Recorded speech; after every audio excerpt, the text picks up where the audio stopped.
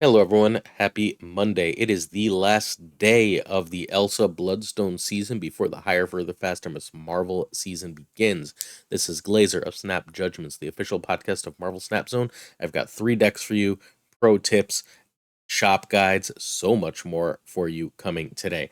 Plus, my final last chance decision should you open caches for Werewolf by Night. All good? Before we get started, I'd like to invite you to sub. We bring you a full Marvel Snap show every single day. This is your one-stop shop for all your Marvel Snap needs. We cover everything from new card guides to updating our thoughts on the guides. We give you 2 at least brand new decks every single weekday, decks that are proven and successful in the Marvel Snap meta. You've got nothing to lose. It's completely free to you. It helps us out. Hit that sub button. We are also, this is the last day, last chance for the biggest giveaway in all of Marvel Snap. We will be pulling winners first thing tomorrow. I don't know if we're going to announce it in Tuesday's video or Wednesday's video. I'm really sorry. It's going to depend on my timing. Work a full-time job, but we're giving away 15 season passes. You can get 5 entries for, well, one of 5 season passes by commenting, as long as you're subbed, any video from last Tuesday to this very video. Every comment is an entry. In addition, we're giving away 5 more on Twitter. Check the link in the description. And 5 more on Marvel Snap Zone. Once more, link is in the video description. Let's keep it going. We believe in deck credits here.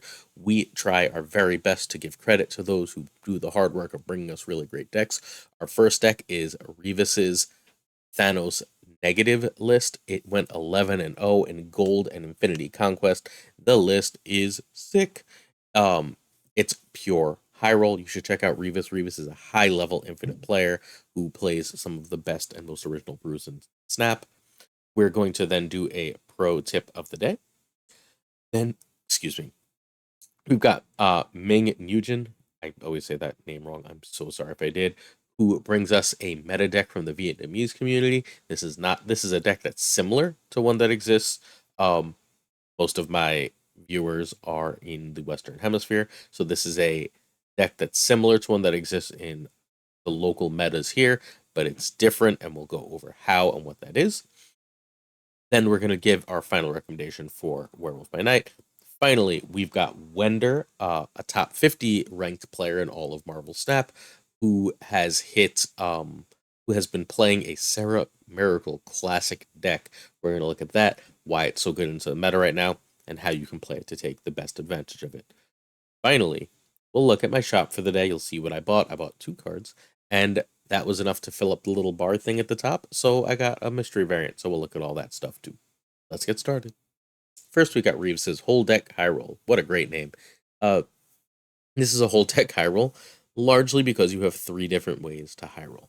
You can Psylocke or Time Stone into Professor X. You can drop a Lockjaw and then drop a bunch of powerful stuff into it, getting out cards like Professor X, Devil Dino, Blue Marble, Iron Man, Alioth, etc. Or you can play Mr. Negative, and if you get Mr. Negative out, well, every card in the deck, I believe, except for Jeff and Thanos himself, benefit from Mr. Negative. Some of those greatly so, because a 3 for 5 Professor X, 3 for 6 Alioth, 3 for a bajillion Devil Dino, etc., are all extraordinarily powerful cards. Mystique, I think, is really cool here, because Mystique being a negated Mystique, copying a Professor X, or copying a Devil Dino, Blue Marvel, it's not just Iron Man here. There's a lot of things to like. This is sick. I'm taking it, as soon as I'm done with this video, on an infinite run myself. I've only played it in Gold, but spoiler, it rolled face. I cleared Gold. So I'm 3-0, so I guess we can call this 14-0 now. Alright, Jeff can be Nico, Bast, Zabu, or Elsa. I know most of those are high cost cards. Sorry about that. Zabu is, I think, the worst here. I think Nico is probably best because it's basically an extra Infinity Stone. But Jeff is great because you have Professor X and Lockjaw, so being able to get into that lane is pretty damn important. You're going to need Alioth. You can try Leader, but I don't think it's going to work in this deck. I know that someone is going to try Leader for me, and let me know in the comments. I will update you as soon as I know that. All the high rolls. Turn 1, you play whatever you can to draw if possible. Turn 2 is ramp into negative or draw more. Turn 3, you can Lockjaw or ramp into Professor X, and you have Psylocke and Time Stone to do that. Turn 4, it's Professor X is the best play. I think if you can win a lane, you should win a lane. Then it's negative, then Lockjaw stuff, and then you're very likely to hit one of those combos, right? Like, just because you have 3 giant high rolls means you're gonna hit 1 combo, and if you do, you're, like, snapping as long as you've got that going. Um, Turn 5, you play the best 5. My experience early, that was very often Iron Man because they just sort of give up on Iron Man lanes fairly often, and then I can Alioth elsewhere and win. If I've got Professor X in one lane, Iron Man in another, Alioth tends to win that third lane. So it's a clean sweep. This deck is sick. It's so powerful. You need to try it. Quick variant talk as we go forward. I still need a Psylocke, one of the last 15 now cards I need variants for. Working here. We've got we've our 4 hips as we love to be. We've got Jeff, we've got Lockjaw, we've got Blue Marvel, and we've got Alioth as our 4 hips. And joining in the cuteness is Baby Professor X with his boyfriend Magneto and Cozy Devil Dino. I chose this Iron Man here at fairly random, to be completely honest. I like this Mystique. It's in honor of Ms. Marvel coming out tomorrow. This is the only Iron art I have, but it's the best Iron heart in the game. And this is my favorite Thanos. I have it with gold and a purple crown. This negative is very good. It's from some old bundle that was way too expensive, but I wanted a negative variant at the time, so here we are. This is a very powerful deck. Huge props to Rivas for coming up with it. I would not have thought of something like Next up, pro tip number 3. I gave this tip over on my Discord earlier today. My Discord being the Marvel Snap Zone Discord. I have a corner that I hang out and chat with people. It's called Podcast Hang with the Hosts. If you'd like to join it, the link is always in the show description. The tip is play only the game or the conquest in front of you. Don't try and play multiple games at once. You can't make up cubes. Every game is only worth in front of you. Whether game 1 or game 5 of a conquest, focus on your best plays. Don't stay in when you shouldn't. Don't overthink it. Play the game that's in front of you. If it's game 5 of a conquest, obviously now you're in high stakes. Your snaps mean more. That is the only real difference. The early games of a conquest, a snap means different things, right? Sometimes you're going to stay in and lose 2 instead of 1 to get important information about what the opponent has. But outside of that, that's playing the conquest like it's its own unit. It doesn't matter if you're in Proving Grounds is its own thing. Fine. It doesn't matter if you're in game 2 of Silver or game 4 of Infinity. Play the best and cleanest game you can with what's in front of you. Same thing is true on ladder. Don't try and hit infinite, right? Don't try and climb high infinity. Try and win the game as best you can in front of you. And if your opponent is going to win, as evidenced or that they think they're going to win when they snap, right? Try to make the best play you can. If you recognize what their deck they're playing and they snap and you go, I need to hit something to do that, walk away. You can only play that one game. They're not getting any extra credit. People often ask me how I make a video that's so long and detailed every day. Because I'm only making the video in front of me. I'm not making tomorrow's video. I'm not worrying about what comes next. I just take care of the day in front of me. I think it's really important we can try and grasp too much of our lives in our hands, largely because we like to have a sense of control as human beings. It's my personal philosophy that I think control and the belief that we can control much of our lives is just a lie we tell ourselves. And I think if you can let go of that control, you can try and focus on the now, what you're doing, and doing it to the best of your ability. Things will work out better for you. You will be better at doing the things you are doing now, which also, as an added benefit, tends to work out better in the long run as well. This is the Vietnamese Meta Phoenix. This has apparently existed since the Phoenix Force was pulled down to 4 cost during that season, and it just never made its way out of that corner meta. So a lot of this is going to look similar. This is very similar to the what's his name? His name is now gone. Spyro. This is very similar to the Spyro list, except it cuts the Shuri Nimrod, and instead it goes a little more in the move. And I was like, okay, so like kind of whatever, right? Like Nico used to be Deathlock or whatever, and this is just saying I can make my Human Torch or my Multiple Man big, either through killing it and phoenixing it or Hulkbustering it. And as long as I can get either one of those off, I should be able to get enough power onto the board to rock with this deck to like win games of Marvel Snap. Obviously, there's a weakness to Shadow King, and Shang-Chi. Fine, so be it. This is still an extremely powerful deck, and it has a lot of things it can do. In particular, like, um, if you can get that Hulkbuster out on turn 3 because you didn't see Phoenix, you can get that kill. Then you can play Cloak. You can play Ghost Spider into Cloak on turn 4, and now you've just got a lot of really powerful things all over the board. You can still Zola that, so on. You can Venom it to make it huge, and then Zola that. There are a lot of plays here, and what I really, really realized is when I was sent the replacements. So you're going to need Phoenix, right? But Zola can be Legion, Magneto, Armor, or Tribunal. And that last one is sort of what gave this away. You're not trying to like get a slightly big thing, right? Like a lot of the time, unless you're running against Destroy, you want that Human Torch to be like 8. If that Human Torch is 80, right, that's still plenty of power across 3 lanes if you play a card like Tribunal. Which also means that Zola is going to just win a lot of games of Snap for you in that way. It's really cool.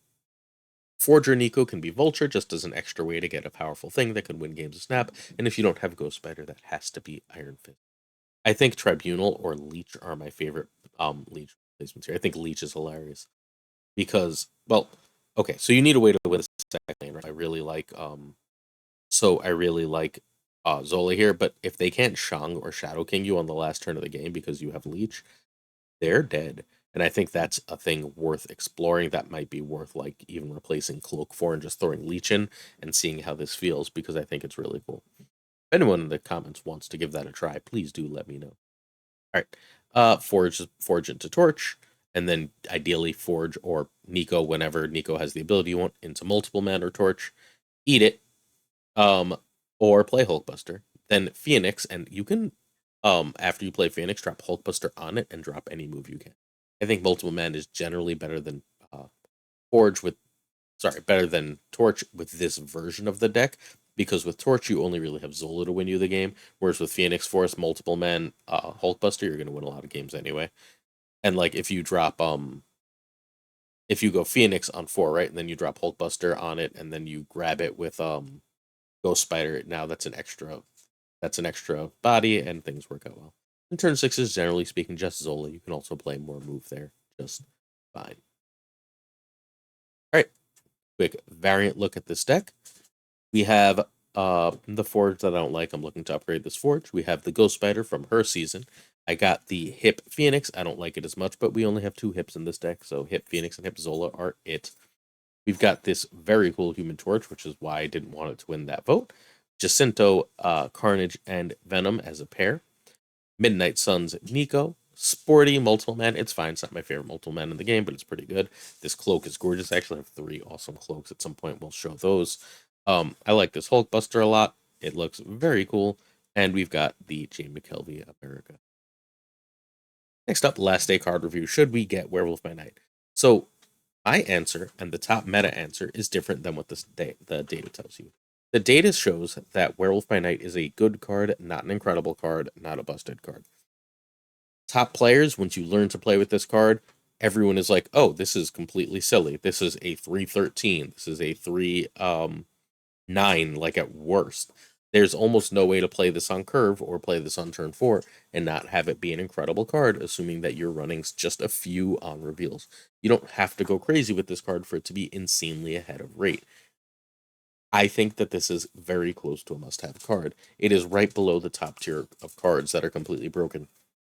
It is not pre-nerf Alioth. It is not +3 Elsa. It is the tier below that, which is like a damn must-have card. I think this is on par with your cards like Legion, among the very best cards in the game. I think you should probably go get Werewolf by Night unless you desperately need Alioth or desperately need Loki, because Loki is in 2. I am concerned that Loki is going to get further nerfed because it seems like it's an outlier right now. But that said, Werewolf is showing up in a lot of the best decks. If you like the decks that he shows up in, which are fundamentally the following 3. He's really, really great in move decks. Like those fill him up with Elsa type move decks. He's great. He's really, really great in Surfer. If you play Surfer, you kind of need him. He's really, really great in Darkhawk decks. He gives you like an extra threat along with Darkhawk that can become really big. You can drop him in a Shadow King lane for a ton of power. He's really great in Bounce. He's really great in Loki. If those are the decks you play, if you play any of those decks, I think you need Werewolf by Night. I think he goes in those decks. I don't see him coming out of those decks. And I'll tell you one step further, because his stats are so weird. If you can learn how to use him, I don't think he's going to get nerfed. That is my personal opinion right now. Please don't think that this is gospel, but this is where I've landed on this card as far as a resource. I'd still put Alioth above him for now, but it's close, and I would 1000% put Loki if Loki isn't nerfed or brought in above him. But he's that tier right below, so if you have the resources, I think that he's a card you should get. Next up, we have Wender's Top 50 Sera. This is a classic Sera Miracle deck. We have our it's super important. Basically, what we really want to do is get Zabu and Sera out. As long as we get Zabu and Sera out, making Enchantress, Shang-Chi, Absorbman cost 2, along with Hitmonkey is silly. If you can do something like Shadow King, Mysterio, Hitmonkey, and Shang-Chi on the last turn of the game, that is exactly 6 energy. You have almost always won that game of Marvel Snap. You've got a massive amount of control, though, because you have cards like Killmonger, you have Bishop to grow early, you have Scarlet Witch for obnoxious locations. Let's say a location is making them nearly unbeatable. That 1 extra energy on the last turn of the game is a cube stealer, as our friend Educated Collins has taught us over and over again. There's a lot to like here. There's so much control and so much ending power. For a lot of the time in the climb into the top 50, Hitmonkey was not even in this deck, so I think he's really hard to replace, but he's obviously not a necessity, just for the record, if that's what's stopping you from playing this. However, I do think you're going to need Zabu here, otherwise all those 4 costs become a problem. Jeff can be America Chavez, Mirage, Invisible Woman, Lizard, or Nova. I'm partial to America Chavez, Invisible Woman of those, although Lizard has a lot to speak for him here. I really want to see Zabu and I really want to see Sera, so America is really good, even if it means I don't see one other card. Hitmonkey can be Werewolf by Night, or you could replace him with one of those cards above. Again, I'm pretty sure I want America or Invisible Woman in this list. Zabu, again, we talked about already, and I really want to try Werewolf. I'm very likely to replace Killmonger with Werewolf by Night and just be like one more really powerful thing to do on turn 3, turn 4 if I don't see Bishop. Because as you're going to see here, there's not a lot I want to do early except get Zabu, Jeff, and Bishop out. Which means I have 3 turns to play 3 cards. And like, I don't super want a Scarlet Witch here. I don't super want a Killmonger here, right? So getting an extra card in there seems reasonable to me. Once in a while, you will Enchantress early, though. Enchantress for tempo is pretty good. Turn 5 is Sera or Mysterio and Hitmonkey. And once you Sera, you can go off. And remember that Absorbman can copy Hitmonkey or Shang-Chi or Scarlet Witch or Enchantress. You could very easily let's go forward one. You could very easily spend your last turn going something like Scarlet Witch or Shadow King into Mysterio, into Hitmonkey, into Absorbing Man, and just putting a silly amount of power on the board. Variant talk time. We've got plenty of hips here. We've got Hip Zabu, Hip Jeff, Hip Mysterio, Hip Hitmonkey, Hip Killmonger, and Hip Sera. That's 6 hips. You love to see it. I know Hip Absorbman is here. I have a different Absorbman that I like a lot, but I'm doing that thing where I try and will this variant into my shop. I've never even seen it. I don't even know for sure if it's out, but I want it so bad. I think that is super cool. My most wanted variant right now. I have this Shang-Chi in gold and a different Enchantress in gold, but I decided that like, why not run the as the Loki finale is about to come out, run the Enchantress from the Loki show. Got this really cool Shang-Chi. This is my favorite Scarlet Witch. It fits her chaos energy. The only Shadow King I have is the best Shadow King. I have a few bishops. This one is plenty good. At some point, I'm probably just going to suck it up and buy the hip, though. And this is where we are. It's a beautiful deck. I am also going to be taking this into an Infinite Conquest run with my 2 changes. All right, shop time, and then we out of here for the day. So this Spider Woman is really nice, right? But it's 1200, and I have 2 other really good Spider Woman. So I mean, I have 1 other really good Spider Woman. A lot of people like the one on the left. I don't. I feel like the way she's sitting is really unnatural. That's her knee, by the way, not her butt that's facing us. But it looks so strange with her body changed that way. I really don't enjoy it. I really like the Carnageized Spider Woman. I don't usually love Carnageized art, but it's fine. I almost bought the Archer Mr. Fantastic today, but I really like this other one, the 1609 one, 1699, whatever it is. I like that he's kind of gross. Mr. Fantastic with kind of gross powers makes sense to me. The sword looks really cool. I like it a lot. There's 2 Mr. Fantastics I like more, but neither one are released. The Hero Bundle and the Future Foundation ones that I would take over this, but I don't like the Art Germ one enough. It's just the Art Germ art is very nice, but it doesn't feel like a comic book to me, and it doesn't feel like usually like it's in action.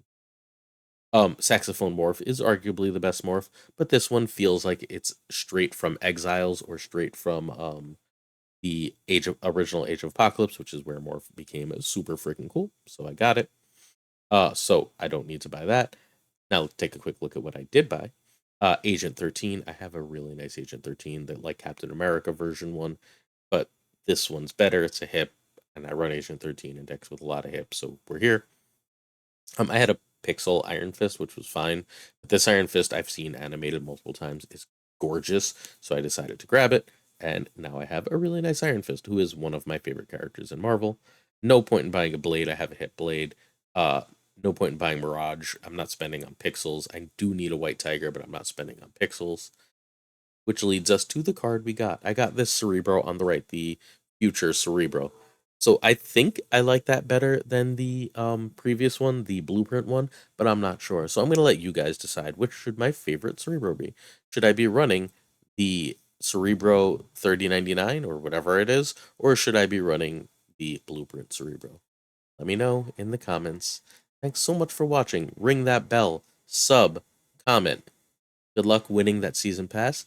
Remember to check out Revis, check out our friends on Twitter. We appreciate your support. We'll be back tomorrow with a gigantic, as always, completely silly, huge review of the new season and